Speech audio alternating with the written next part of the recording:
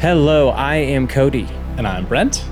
And we are the Hugonauts, here to review and discuss for you the best sci-fi novels we think of all time. This week we're talking about Parable of the Sower by Octavia E. Butler and a little bit of the sequel, Parable of the Talents. But make sure you like, subscribe, download, follow, however you listen to us, to not miss our first episode of 2023, which will be on Double Star by Robert Heinlein. But yeah, we were taking a break for the holidays, but we couldn't stay away forever. So let's just call this episode a holiday special, maybe. Yeah, we missed you guys. I'm wearing my Santa hat. If you're listening to the podcast, I'm wearing my Santa hat. Right.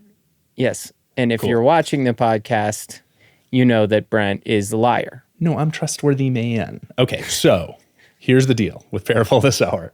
So Parable of the Sower was written in the mid-90s. The sequel, Parable of the Talents, won the Nebula in the year 2000. And that was also notable because Octavia Butler was the first Black woman to win the Nebula Award. So it was a pretty big deal. Parable of the Sower, the first one, is not too long, 352 pages, about 12 hours on audiobook. And it's set in the year 2025, so like 30 years in the future from when it was written. And society is descending into anarchy in the face of climate change, other disasters. And we're following Lauren Olamina, and we actually see the world through her diary entries. The whole book is sort of framed that way. She's a teenager living in a walled-in neighborhood in the exurbs of Los Angeles. And, jobs are scarce, tons of gangs outside. It's a bad time. Her father is the pastor for their little community, and then also a professor at a local college, like one of the few people who still has a really good job.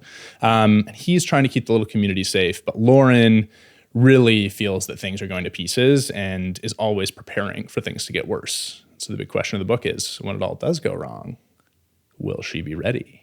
You'll have to read it and find out, but that's the setup for Parable of the Sower. What did you think of it, Cody? I asked Brent when we were doing pre-pro if he got that from the back of the book, and no, he just wrote that question mark blurb himself. So you gotta have a little mystery. Yeah, a little spice. I love Parable of the Sower, and I also liked Parable of the Talents. I gave Sower a 4 out of 5. I thought it was just a really compelling near future science fiction story about climate disaster. I think a lot of times we see something that's not quite believable, but here it's kind of disturbing but realistic representation of what might happen in an extreme climate change world and how it would overly affect the lower socioeconomic classes. And I just thought it was a really and also there's a lot of other added elements. We'll talk about it more, but it's not just about one thing. Yeah, for sure. I also really liked it. I'll give it a 4 out of 5, but I'm actually not going to say that much about why I give it a 4 out of 5 because it's basically all the same reasons. Just like a very real feeling dystopia. So yeah, I think we should just get into it. I know you're I don't want to call you a big disaster prep guy. That has like a whole bunch of connotations. You're a nice, normal, sane person who likes being prepared. Tell us about how this book made you feel. I have light fantasies about like what would happen if I don't collect weapons, ammunition, or dry and canned foods, if that's how you would define doomsday prepping. I think, I mean, you said it was a prepper's wet dream. I think it kind of is.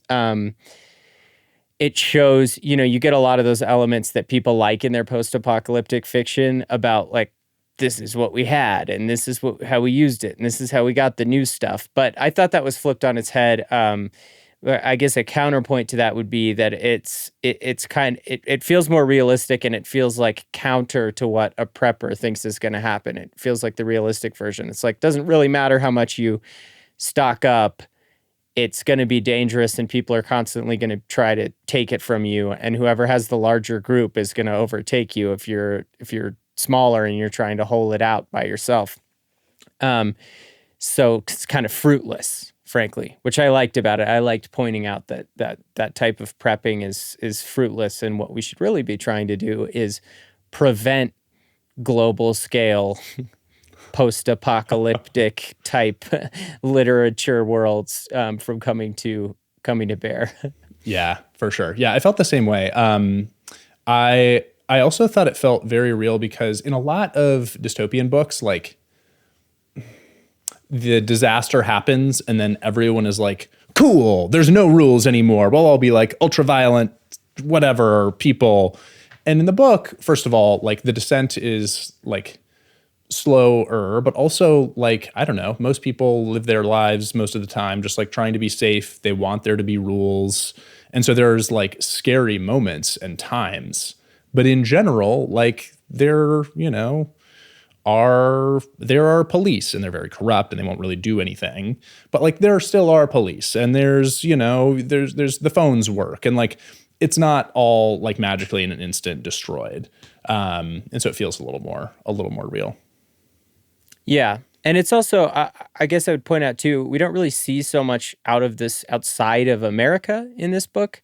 And it almost, through some glimpses or descriptions of other countries in the world, in this world, it feels as if perhaps we're just seeing an America that's gone to ruin and not necessarily other countries. Yeah, that was actually my feeling as well. The more of it, the more I think on it, it's almost like the natural disasters weren't that bad. It was just like a societal collapse of like trust in the system in the United States, which I actually also think is accurate. There's failed states do really happen, and really, right. Sri Lanka has had just a hell of a year through, and there's a lot of people there who like did nothing wrong and their lives are totally messed up because of a bunch of bad decisions the government made. Anyway, so yeah, I think that also helps with sort of that like sense of realism. Absolutely.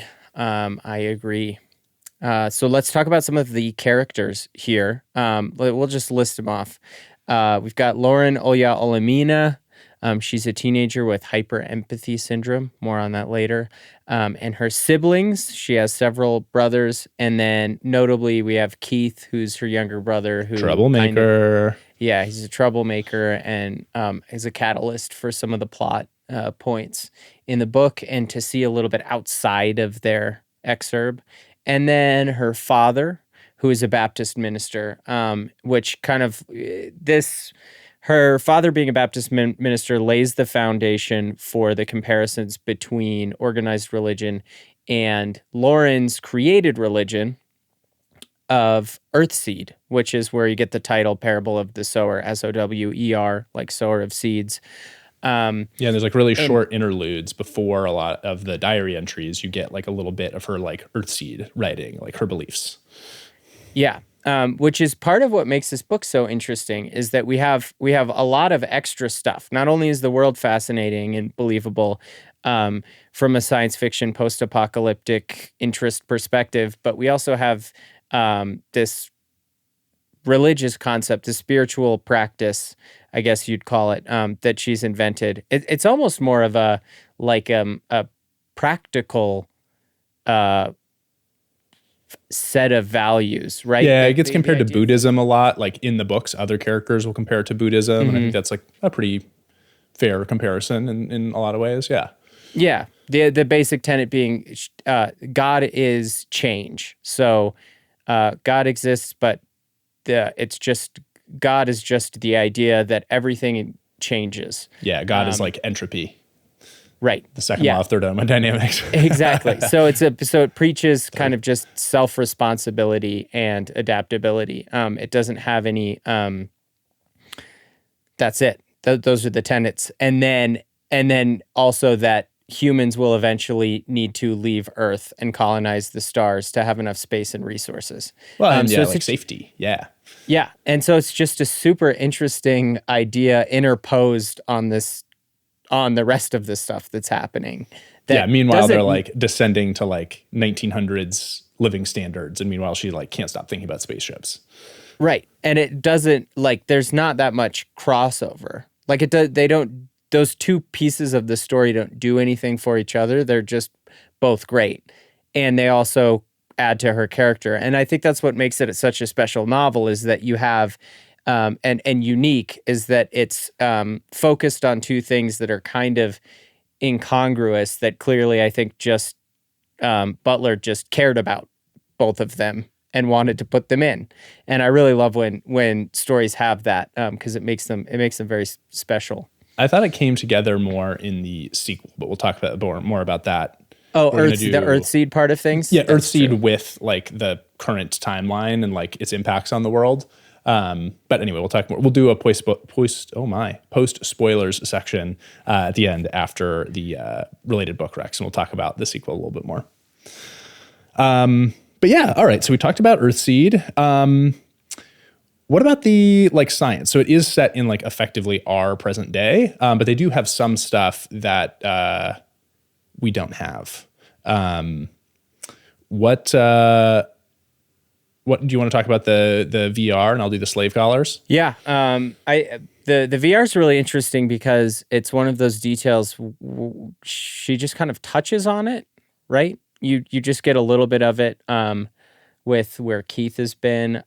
It's not really integral to the story, and no one, at least to Parable of the Sower, there's not too much mention of it, but just the existence of this this hyper, pretty classic science fiction, hyper realistic VR world that a lot of people, if they can afford it. The rich people still have nicer stuff. They're like checked out of our bad situation in the VR.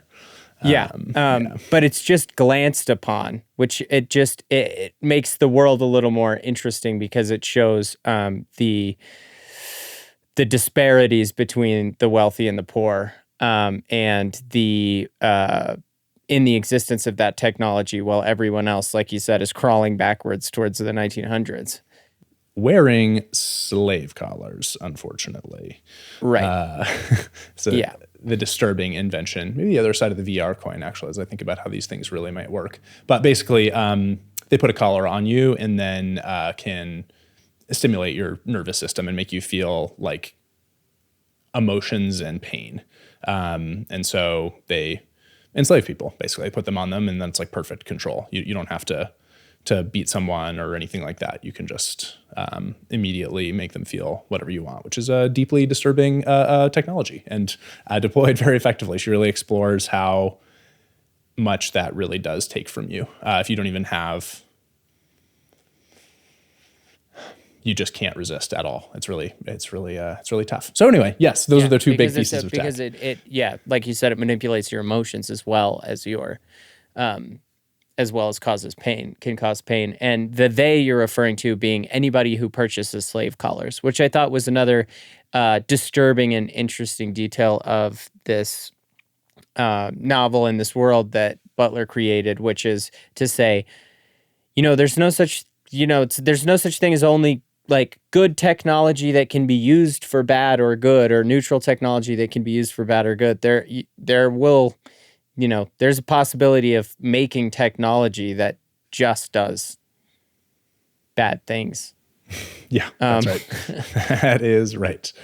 Which I don't think I've seen a lot. Yeah, no, that's right. We're also in 2024 America. She shot a little short on this one, but yeah. If you want to feel much better about the state of the world, read this book. Things are great and awesome. And we don't live in Parable of the Sower. That's great. Congratulations, everyone. Yes, we made for it. the timeline.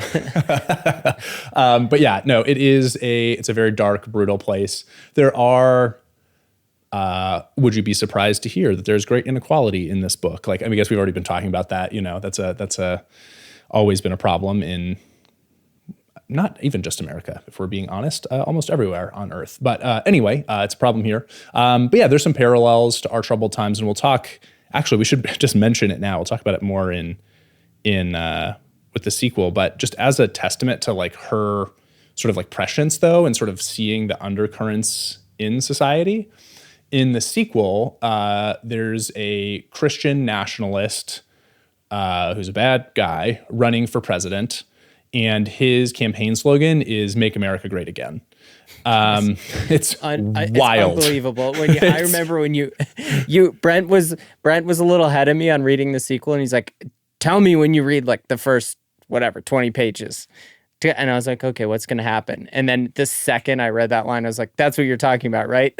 Yeah, so crazy, so crazy. Like she totally saw the undercurrent. Anyway, so I think fortunately she was wrong about the general descent into anarchy, but she also I think was accurately assessing some parts of American society and how we all sort of clank against each other. Anyway, and the things that divide us. Yeah. Yep. Yep.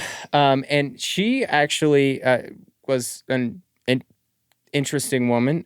She died in 2006, unfortunately, before she finished. Yeah, she's she only kinda 58. Yeah.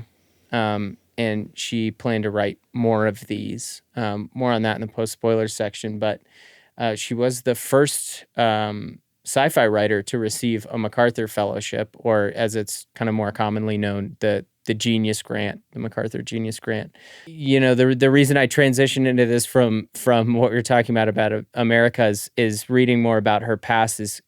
This book feels very much like she wrote it about herself, maybe, or that she wanted to include a lot of details about her own life and the observations she'd made. And Earthseed definitely feels like something she'd thought a lot about and written a lot about, and she was like, where do I put this? I'll put it in this story, that's fine. And that's why it feels like it doesn't totally belong, but it's still such a cool concept, and all the ideas are so great. So yeah, and it really animates Lauren's character. She feels Lauren's character. I don't know how much of herself she put into Lauren, but Lauren feels like, she embodies these ideas, and she's a little preachy about them. She's a little annoying sometimes, but like she's perfect. She's just like such a character who like it feels like this character wrote that stuff. It feels very natural. So anyway, yeah. The other thing I would say about sort of just the writing is, I guess we haven't even mentioned yet, like this is sort of a YA book. It got all the classic YA tropes, right? It's like about a teenager written from first person diary style, but it is not at all too pulpy. Like I would never hesitate to recommend this to any adult. And there's some things that happen in it that definitely are like taboo in YA world. We'll maybe talk about one of those in the spoiler section. But I think it really, it was a really nice like dip into that like YA pulp without feeling like I was reading something that shouldn't be. Yeah, absolutely. It was also kind of like a little bit of a as an American, it was like, I think the realism, the how realistic she made the world, and she made the future America seem, whether or not the literal year in the book is 2024, definitely felt a little bit like a gut punch. And unlike other post-apocalyptic where it's like, oh, what would a world look like if everyone died or something? It's a little bit too real, and a good motivator to actively try not to descend into something like this. Yeah, for sure. Should we do similar books and then we can do post spoilers after that? Yeah, absolutely. Did you want to talk a little bit about Parable of the Talents first to the sequel, or? Oh, just like review stuff. Okay, so general, very high level review stuff before we'll talk more in the post spoilers, but still... because it does feel like these two books belong together. Like I definitely wanted to just finish up after I read Parable of the Sower. Yeah, it's definitely a continuation of the same story. I didn't like the sequel quite as much. The pacing felt a little off for reasons that we'll get into a little bit later. And it was slightly more melodramatic. It did feel a little more pulpy to me. But if you loved the first one, like definitely keep reading. You get a lot more of the same. So anyway, yeah, that was kind of my take. What'd you think of it? I thought it was, I didn't quite like it as much either, but I thought what it delved into a lot more, which I was very interested in was really explored the kind of the philosophy of the social organizing force, of like organized religion as a social organizing force, and put Earthseed against the other religions, but mainly in this book, like Christianity in America, and particularly like Christian nationalism. And I thought that it was an excellent exploration into the philosophy of like why people seek religion and why people organize around it. But it wasn't, so it was a little different than the first book in that respect, but I thought it was also good. Yeah, for sure. Okay, similar books. We've got Emily St. John Mandel, Station 11. We did an episode on that one. You can check that out, but great post-apocalyptic book. Much different vibe, but also excellent and has a lot of interesting ideas. I'm going to do Where Late the Sweetbird Sang by Kate Wilhelm, which was a Hugo winner from the 70s with about a dystopian societal collapse with like some very strong Silent Spring, we destroyed the environment overtones. And I really, really like the book. I think it's like personally the Hugo winner that I think is like most underrated. I've never heard very few people talk about it. We've been thinking about doing an episode on it because it's like maybe something that needs a little light shown on it. Anyway, if you liked this one, please like leave us a comment on YouTube or shoot us a note on one of the socials, and let us know. We'll sort of like bump it up the list, but it's definitely one we've been thinking about covering because I think it's underrated. Absolutely. Yeah. And then, you go. You're next. Yeah. The Road by Cormac McCarthy. It's his dystopian fall with lots of literary elements. Extremely dark book, but also extremely good. I don't know if we'll ever cover that. It's like kind of far afield from the world of sci-fi, but also it's so good. Anyway, we'll see, but it's great. Y'all should read it. Right. It is. And then finally, I would suggest The Water Knife by Paolo Bacigalupi, because it is very similar. It's about drought in the American Southwest and what climate disaster does to people there. And it's just kind of a gripping little like journalist mystery thriller. But it has also a fascinating perspective on kind of realistic looks at what climate change could do to places, and what kind of fallout there would be. I really loved The Water Knife. Nice. So with that said, how about a 3? And please leave if you don't want spoilers, and a 2 and a 1. Brent, what you got? This shouldn't be long, but we just want to say a couple things. Yeah. All right. So here's what happens. So in that first book, the big driving factor is a gang of drug-addled pyromaniacs storm their compound, burn down all the houses, kill most of the people. Lauren escapes, and with a couple other survivors, she gets on the road and starts walking north, hoping for more water in Northern California, basically. The journey is pretty tough, and their sort of band grows as they go. They sort of are picking up more people who are, maybe interrace couples, which is kind of frowned upon in this world, or people with young children who need protection. They sort of grow the group that way and create safety. And then she meets this guy in his 50s or 60s named Bankole, who they meet on the road, and she falls in love with this dude. And she's 17 at this point, so this is the non-YA thing that happens. This relationship, it's kind of badass though. Yeah, it's portrayed as an incredibly great, healthy 19. Relationship. Okay, she's 19 by this point. Okay, that's I guess age of consent, but still extremely weird. But anyway, in the book, it's a very positive thing. So they go to his land in Northern California. He owns some land, and that's where the first book ends.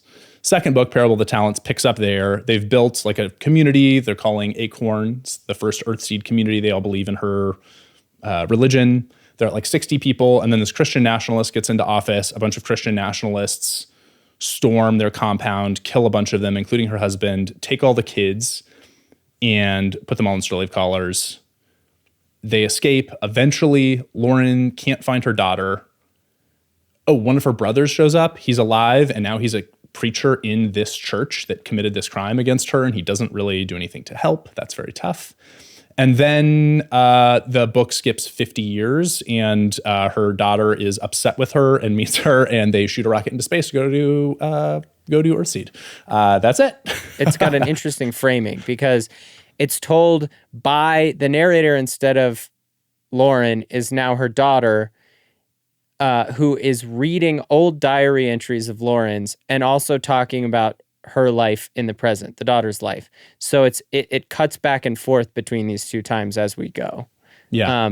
It's not chronological. And that's an interesting But framing you don't device. get any information about part of the reason I say the pacing is wrong is that is true. But in the sections in like the present told by her daughter, you don't actually get any information about the present. You just get how the daughter feels about Lauren, which is fine. I'm not saying we shouldn't have that, but it felt extremely weird that like the book covers like 2 years and then the last 4 chapters are so far in the future, with like nothing in between. It's just like, oh yeah, it worked great. Now we have Earthseed where we built spaceships. Anyway. Right, we do get to the spaceships. I do think there's an element of she wanted to write more books beyond this, and so it kind of dangles, unfortunately. But the more we talk about it, I think probably you disagree. But I like Parable of the Sower. I think Parable of the Sower is more of a page turner. It's got a cool world. It's got good characters. Got good action. Whatever. Parable of the Talents, not as much of a page turner, but I really liked the weird, the different philosophies it explored, like I talked about earlier. But then also we have the relationship between her and her brother, who she can't convince to leave the church, even though the church enslaved her for a year and a half. Who then finds the daughter. But then doesn't tell Lauren he's found the daughter because he kind of wants to keep the daughter to himself, but also doesn't want to like let go of the church and has been preaching against Lauren's church, Earthseed, the whole time. So there's a lot of interesting like relationship and social organizing forces and philosophy in the second one. And that's why I like the second one a lot too. I agree. I like all those parts. The thing and I still liked it, don't get me wrong. The thing that just hit me a little bit wrong was it was still told with that same, like, the vast majority of the book is like very like, on this day we did this thing, on the next day we did this thing. It's like very like methodical and sort of like tightly focused on the small set of events. And so it was like, it just felt strange that was how we spent like almost all our time. But then I agree with you, there was a bunch of really cool things happening, but it was mostly this like bigger stuff that was happening outside this frame of the particular 2 years that we're getting the day-by-day narration. So that just felt a little weird. But no, I don't disagree at all. I think all that stuff was great. Yeah, I think overall the series is the 2 books. I guess you call that a series, were excellent, and I really appreciate when you see something that's just kind of weird and different, and the author that's what they wanted to write, and it's good because it's good. And there's no like you can't sense any rule following or like, well, I probably shouldn't do that because most people don't do that in this scenario. Octavia Butler just threw a bunch of stuff together and made great books out of it. Yeah, I totally agree. They were really, really fun, and I'm glad we got a chance to read them. And to have a little holiday episode, break up the break here. Yes, happy holidays, everybody. Yeah. And we'll see you in the new year. We're excited to get back to it. For sure. All right. Yeah, we'll see you on January 3rd, everybody. All right. Later. Bye.